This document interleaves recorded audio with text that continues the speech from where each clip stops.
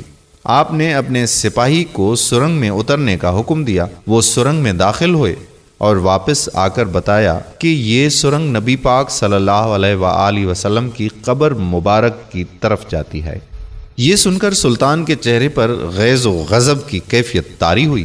آپ نے دونوں زائرین سے پوچھا کہ سچ بتاؤ کہ تم ہو کون؟ تمام حیل و حجت کے بعد انہوں نے بتایا کہ وہ یہودی ہیں اور اپنی قوم کی طرف سے تمہارے پیغمبر کے جسم اقدس کو چوری کرنے پر مامور کیے گئے ہیں۔ سلطان یہ سن کر رونے لگے۔ اسی وقت ان دونوں کی گردنیں اڑا دی گئیں۔ سلطان روتے جاتے اور فرماتے جاتے کہ میرا نصیب کہ پوری دنیا میں سے اس خدمت کے لیے اس غلام کو چنا گیا۔ اس ناپاک سازش کے بعد ضروری تھا کہ ایسی تمام تر سازشوں کا ہمیشہ کے لیے خاتمہ کیا جائے۔ سلطان نے معمار بلائے اور قبر اقدس کے چاروں اطراف میں خندق کھودنے کا حکم دیا، یہاں تک کہ پانی نکل آئے۔ سلطان کے حکم سے اس خندق میں پگھلا ہوا سیسا بھر دیا گیا۔ بعض کے نزدیک سلطان کو سرنگ میں داخل ہو کر قبر انور پر حاضر ہو کر قدمین شریفین کو چومنے کی سعادت بھی حاصل ہوئی۔ دوستو، یہ تھا سلطان نور الدین زنگی، جو کہ اسلامی تاریخ کے بہت ہی بڑے ہیرو ہیں۔ کیا ہمیں ایسی شخصیات کے بارے میں اپنے بچوں کو نہیں بتانا چاہیے؟ کیا ہمیں ایسے کرداروں کو اور ایسے ہیروز کو اپنے بچوں کے سامنے پیش نہیں کرنا چاہیے؟ کیا ہالی ووڈ اور بالی ووڈ کے ہیروز ہمارے ہیروز سے زیادہ اچھے ہیں کہ ان کی فلمیں دکھا دکھا کر اپنے بچوں کو دین حق سے غافل کر رہے ہیں؟ کیا ہم سب والدین پر اس کی ذمہ داری عائد نہیں ہوتی کہ اپنے بچوں کو اپنے دین حق کے بارے میں تفصیلات سے ہم بتایا کریں اور اپنے اسلامی ہیروز کی کہانیاں نہ بتائیں، تاکہ وہ ان کہانیوں سے سبق سیکھ کر اپنی منزل کا تعین کریں، اپنی شخصیت کا تعین کریں؟ دوستو، بچے ہمارے مستقبل کے معمار ہیں۔ ان کی ترغیب اور ان کی تربیت ہمیں اس طرح سے کرنی چاہیے کہ وہ پکے اور سچے مسلمان بن سکیں۔ دنیاوی علوم کے ساتھ ساتھ ہمیں انہیں اسلامی اصولوں پر بھی زندگی گزارنے کے لیے ترغیب دیں، تاکہ وہ اچھے مسلمان اور اچھے شہری بن سکیں۔ جب بیٹا بڑا ہو کر انجینئر بن جاتا ہے، ڈاکٹر بن جاتا ہے، بڑا بزنس مین بن جاتا ہے، اس کے پاس وقت نہیں ہوتا اور باپ کم پڑھا لکھا ہوتا ہے، تو وہ سوچتا ہے کہ بچے کو کون سی بات کہوں اور اس کے سامنے کیسے بات کروں۔ ایسا نہ ہو کہ میری باتیں میرے بیٹے کو اچھی نہ لگیں اور اس کو پسند نہ آئیں۔ وہ بہت زیادہ محتاط ہو جاتا ہے اور والد پھر اپنے بیٹے سے کچھ بھی نہیں کہتا۔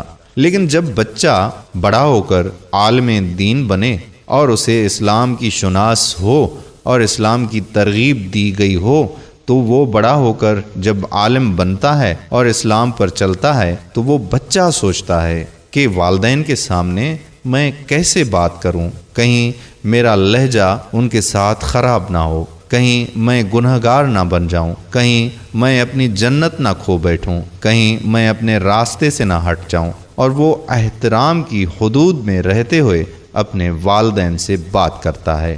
فیصلہ اب آپ کے ہاتھ میں ہے کہ آپ اپنے بچوں کو کیا دے رہے ہیں، کیا سکھا رہے ہیں، اور کون سا راستہ انہیں بتا رہے ہیں۔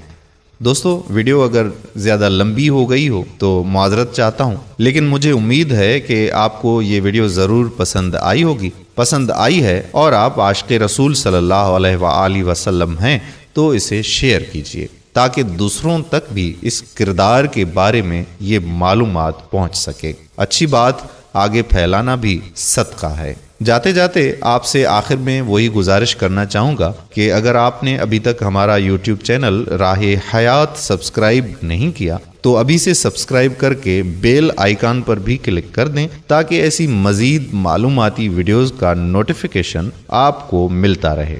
اگلی ویڈیو تک ہمیں دیجیے اجازت۔ السلام علیکم ورحمۃ اللہ وبرکاتہ۔